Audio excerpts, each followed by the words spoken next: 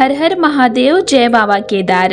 तो दोस्तों, अगर आप इस साल पवित्र धाम केदारनाथ टेम्पल की यात्रा पर जाने वाले हैं तो आज का यह वीडियो आपके लिए बहुत ही जरूरी होने वाला है, क्योंकि बहुत से श्रद्धालु मुझसे ये पूछ रहे हैं कि केदारनाथ मंदिर के पास रुकने का असली खर्च कितना आता है, होटल, डॉर्मेट्री और टेंट में क्या फर्क है और किसमें क्या क्या सुविधाएं मिलती है। तो आज मैं आपको बिल्कुल ग्राउंड लेवल की सच्चाई बताने वाली हूँ, ताकि आप वहाँ जाकर किसी भी तरह की परेशानी में ना पड़े। तो देखिए दोस्तों, जैसे ही आप केदारनाथ टेम्पल के पास पहुँचते हैं तो आपको कुछ ऐसे होटल भी देखने को मिलते हैं जहाँ से बाहर निकलते ही सामने मंदिर दिखाई देता है। यानी आप अपने रूम से बाहर आए तो सामने बाबा केदारनाथ के दर्शन। यह अनुभव बहुत ही खास होता है और व्यू भी बहुत अच्छा रहता है। लेकिन दोस्तों, ऐसे जो होटल होते हैं उनका किराया भी उतना ही ज़्यादा होता है। इन होटलों का रेट लगभग 10,000 रुपये से शुरू होता है और सीजन के टाइम में यही रेट 12 से 15,000 रुपये तक भी पहुंच जाता है। कभी कभी तो 15 से भी ऊपर चला जाता है।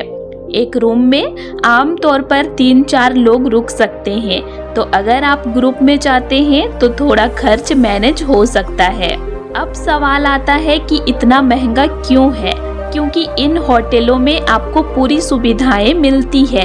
अटैच बाथरूम मिलता है, नहाने के लिए गर्म पानी, गीजर लगा हुआ रहता है बाथरूम में ही, अच्छा बेड, कंबल और मोबाइल चार्ज करने के लिए चार्जिंग पॉइंट। ये सारा चीज आप लोगों को मिलता है, यानी आप पूरी तरह आराम से रह सकते हैं। इसीलिए इसका रेट ज़्यादा होता है। अब अगर आप थोड़ा बजट में रहना चाहते हैं तो आपके लिए डॉर्मेट्री का ऑप्शन आता है। डॉर्मेट्री में आपको एक बेड मिलता है और एक हॉल में कई लोग रहते हैं।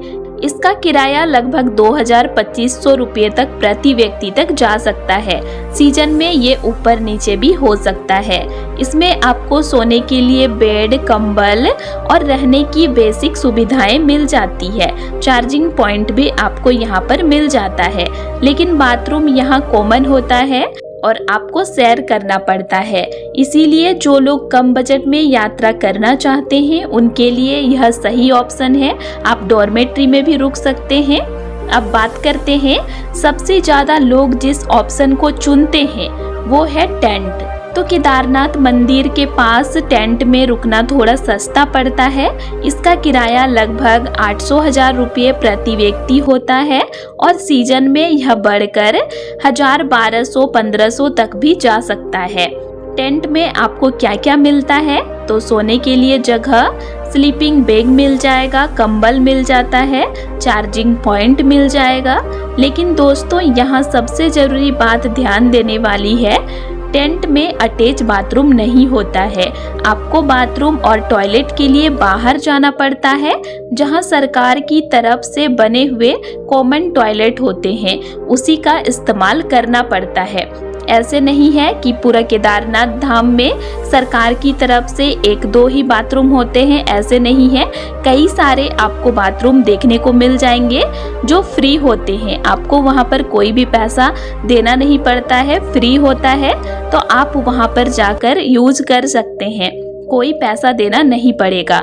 इसके अलावा आप रुक सकते हैं गवर्नमेंट टेंट में, यानी गढ़वाल मंडल विकास निगम द्वारा जो टेंट और रूम दिए जाते हैं वह काफ़ी भरोसेमंद होते हैं। तो आप वहां पर भी रुक सकते हैं, लेकिन यहाँ रुकने के लिए आपको पहले से ऑनलाइन बुकिंग करनी पड़ती है।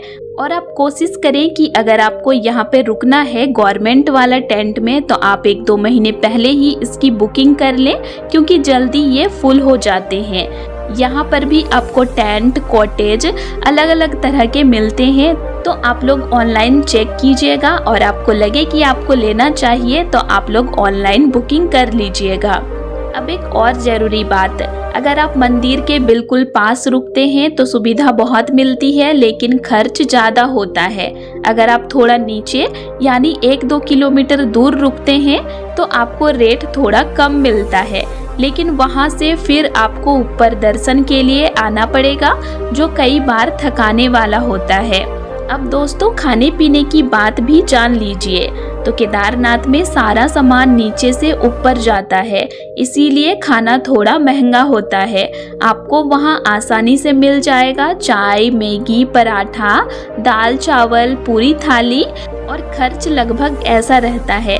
चाय आपको 20 से 40 रुपए के बीच में मिलेगी, मैगी 50 से 100 रुपए के बीच में, और खाना आपको 150 से 300 रुपए के बीच में मिल जाएगा। और गौरीकुंड से लेकर ऊपर तक रास्ते में भी कई दुकानें मिलती रहती है जहां पर आप खा सकते हैं। अब दोस्तों एक दिल छू लेने वाली बात, जब आप सुबह अपने होटल या टेंट से बाहर निकलते हैं और सामने बर्फ से ढके पहाड़ों के बीच केदारनाथ टेम्पल के दर्शन होते हैं, तो वह नज़ारा ऐसा होता है जिसे शब्दों में बताया नहीं जा सकता।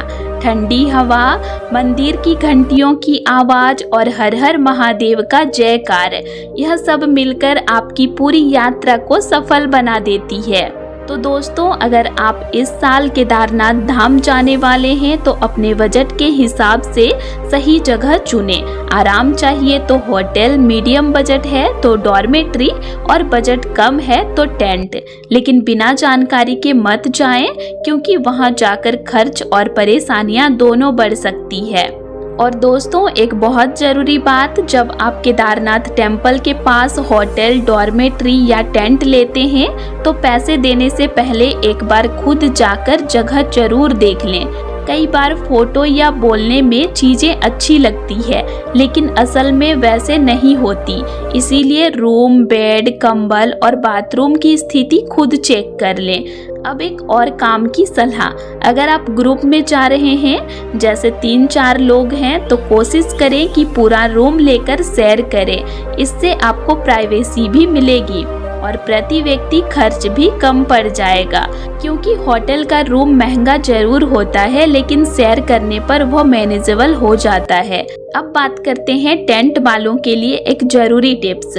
टेंट में रुकते समय कोशिश करें कि आप थोड़ा अंदर वाले टेंट लें जो हवा से थोड़ा बचा हुआ हो, क्योंकि किनारे वाले टेंट में ठंडी हवा बहुत ज़्यादा लगती है और रात में ठंड ज़्यादा महसूस होता है।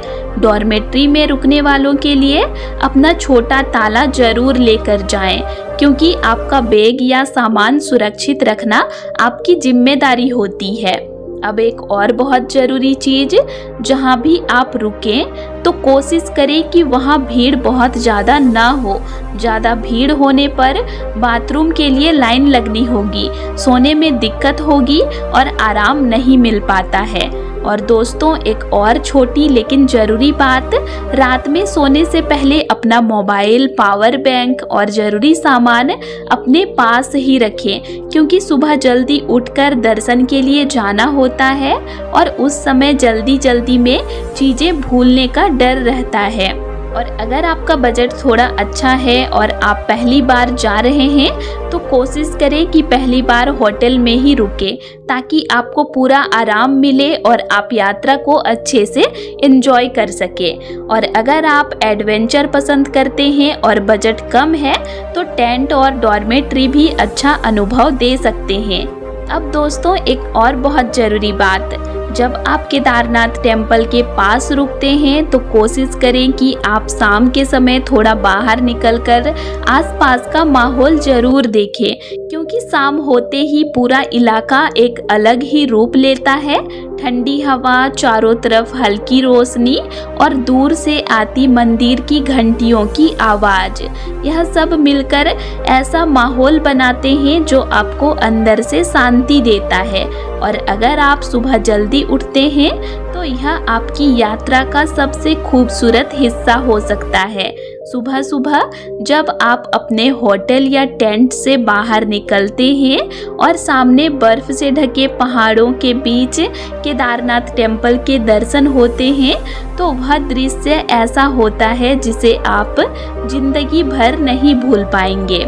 और दोस्तों जब आप वहां रुकते हैं तो कोशिश करें कि स्थानीय लोगों से भी थोड़ी बातचीत करें, वह आपको सही जानकारी देते हैं और कई बार अच्छे और सस्ते ऑप्शन भी बता देते हैं। और अंत में बस दिल से एक बात, केदारनाथ यात्रा में चाहे आप होटल में रुके, टेंट में या डॉर्मेट्री में, असल बात यह नहीं है कि आपने कितना खर्च किया, बल्कि असली बात यह है कि आपने उस जगह को कितना महसूस किया। जब आप केदारनाथ टेम्पल के सामने खड़े होते हैं तो हर परेशानी, हर थकान अपने आप खत्म हो जाती है। तो दोस्तों, सही जानकारी के साथ जाएं, अपने बजट के हिसाब से सही जगह चुनें और इस पवित्र यात्रा को दिल से जिएं। तो दोस्तों, आज के लिए इतना ही, और आप लोगों को मेरा आज का इन्फॉर्मेशन कैसे लगा ये मुझे कमेंट करके ज़रूर बताइएगा। और वीडियो अच्छा लगा तो वीडियो को लाइक कीजिएगा और साथ ही चैनल को सब्सक्राइब भी ज़रूर कर लीजिएगा। और अगर आप लोगों को केदारनाथ धाम से रिलेटेड और भी वीडियोज़ देखने हैं तो मेरे चैनल में अपलोड हैं, आप उनको भी देख सकते हैं। तो चलिए फिर मिलते हैं एक नई वीडियो के साथ। Thanks for watching.